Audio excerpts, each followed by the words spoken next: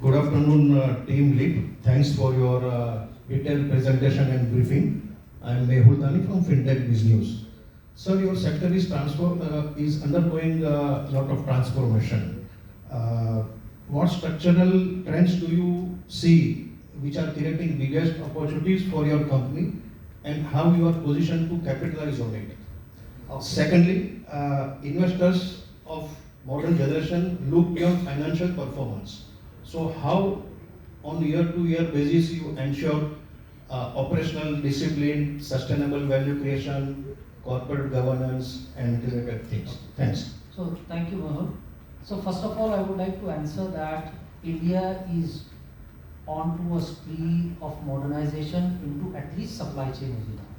In supply chain arena, I supply chain particularly within the warehouse, not outside the warehouse. You need to understand within the warehouse, racking and everything, we are touching the standards of Europe because they took 40 years to come to an automated supply chain racking system. Within 5 to 10 years of GST implementation in India, we have started doing that. And all those grade B, grade C warehouses are getting converted into grade A, G plus 10, G plus 16, the maximum height is being used, and that will promulgate the use of pallet into the system. So that is one. Second is that we had 2,000 different types of trucks in India. You take the chassis and then you go and build a Punjab body or any kind of a body, किसी ने आगे से खींच दिया, किसी ने ऊपर से खींच दिया. So it was not uniform. Now electric trucks and other companies are also giving a containerized load along with the chassis, and that is actually helping us to start the movement of pallets into the system. Otherwise, what happens that if you go to Andhra side, the truck bed width is say 2150. If I am sending something to say AGI glass pack in Hyderabad, I will have to send the truck to take it back from Nagpur. So that was the inefficient way of handling it. But now companies are also becoming agile, and as far as the customers who are responding to that, as far as trucking is concerned, that also has helped us a great deal in growing our business. Answering to the second question, since we have just filed the RHP numbers, which is FY26, so I would not be able to comment anything on the future, but you can see our past performance as Mr. Ale has said that in last 4 years we have grown by around about 44% on CAGR basis. That is something that there is so much of opportunity which I have shown you in the presentation. We will keep doing so. Hi, I'm Shilpa from Business Standard, and I have 2 questions for you. First off, what will be the post-offer promoter's stake in the company? And secondly, could you please add a little more color on what exact measures are taken to ensure proper maintenance, especially since you mentioned that you are big on sustainability and there are 3 trees planted per tree cut. So, what specific steps are taken to maintain those trees and make sure they're... Okay. So, thank you Shilpa for the question. Now, the first thing is that the OFS that is happening from the side of KKR, and that was an understanding between both of us that 3 years from them entering into the company, we will get into the capital market. So the 2,000 crore OFS is actually for vertical holdings, which is KKR. I am not selling anything, I am buying at the same valuation at which we are offering it to the public. So that clearly shows the confidence that I have in my own company, and my stake will be nearly 22% after this increment into the pre-IPO mode, and that is the confidence that I have that I, over a period of time, wants to consolidate further my position into the system, into the company. Second question, see, we have a complete model of SRC, sorting, repairing, conditioning. We have 29 warehouses where we repair and 74 locations where we repair on site.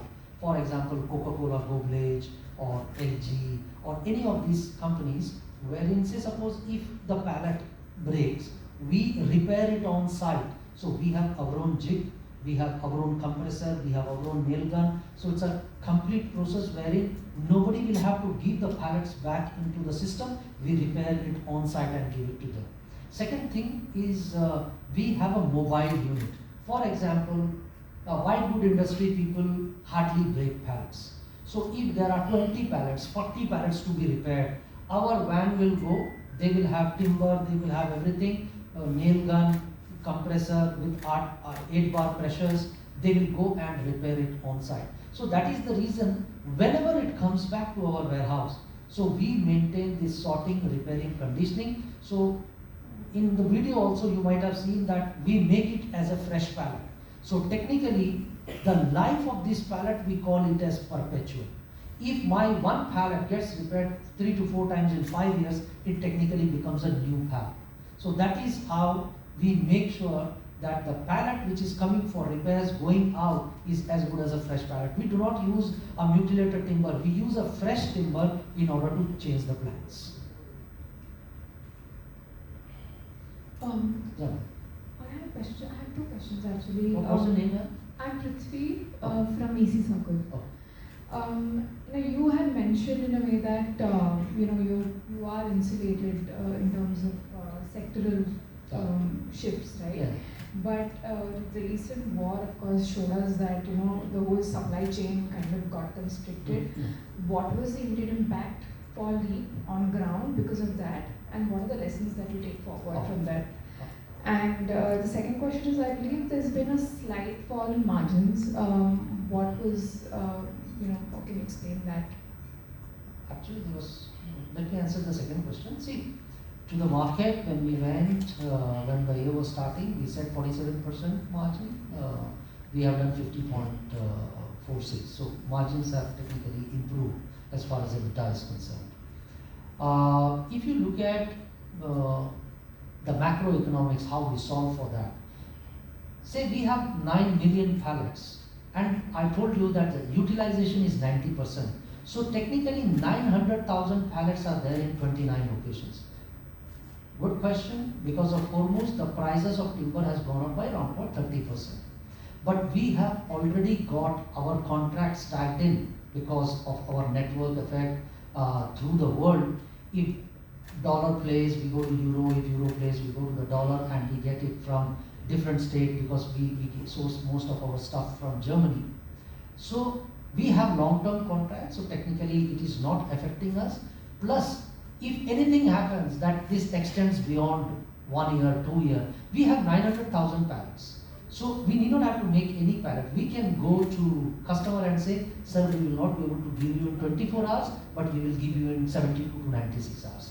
So the forecasting, if we tweak, we can still survive without making a single pallet with a 30% cost increase for next 2 years. Let's come to automotive. Dane ka rate बढ़ गया, so it is 100%, but immediately then the petrol prices also came down. So you have to book it daily. So what we have done is that out of 6.5 million automotive components, I said that will go very slow. Say suppose something is going from Gurgaon to Chennai or Gurgaon to Bangalore, and our MOQ of taking it back, minimum order quantity of taking it back was 100. I said that okay, the moment it is 40, pick it back. There is a possibility that the transportation cost will increase, but I need not have to spend so much of capex. As far as automotive is concerned, if it goes beyond next year, March, April, then yes, we need to take a price increase with the customer, otherwise we are insulated. You can take example from COVID. Half of the companies lost their business. We were growing fantastically because we come under essential service category.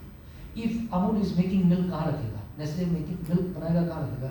You have to. So 24th lockdown laga, 28th we were in the business, So and we grew tremendously during COVID. So microeconomics we control because we are into 38 sectors, different sectors, and macroeconomics, since we have a complete pool, we can just slow down our pallet manufacturing or crate sourcing, but we will still be continuing our business without taking any kind of a price increase from the customer.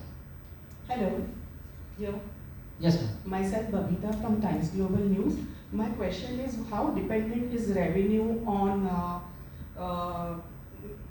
the top tier manufacturing and retail clients, and what safeguard exists against pooling agreements, non-renewal pooling agreements? Okay, ma'am. As far as agreements are concerned, our basic agreements are between 3 years to 5 years. I've already told you that we have not lost a single client in last 12 years. So these people keep increasing the contract tenure, and then we work on a practice that we work with the addendum to the major agreement. So this is how we have insulated it, because you think once we have given say 100,000 pallets into a customer, वो कैसे change करेगा? एक pallet पे 72 cases रखे हुए हैं. For them to actually move it in 100 locations is technically very difficult. So that is the reason this business is annual renting and perpetual model. So ma'am, आपका पहला question क्या था? I just forgot. How dependent is revenue on top? Revenue model. So revenue model, ma'am, we are there into different companies, like 1,000 companies. Sector dependent भी नहीं है. Sometimes Coca-Cola is number one, next year Flipkart, after that Amazon, now it is Amul, sometimes it is Sanatan Textile, then now it is Campa. So I will not be able to say, because I can say that if one player remains number one for 3 to 4 years, it continuously keeps changing. Maybe I will be able to answer that question maybe in 2032 or 2035, that how one guy is saying 1 million pallet or 2 million pallet, but currently we are at a very very nascent stage. एक नया company आ जाता है और they break all the records, you know. अभी Zepto आ गया तो उसने 3 lakh palette ले लिए. इसके बीच में हम we were not there in textile industry. The moment we cracked Sanatan, Vilosa has signed it with us. They are 5 times bigger company than that. So it keeps varying. Good afternoon, sir. This is Sujata here from News Plus News. So what are your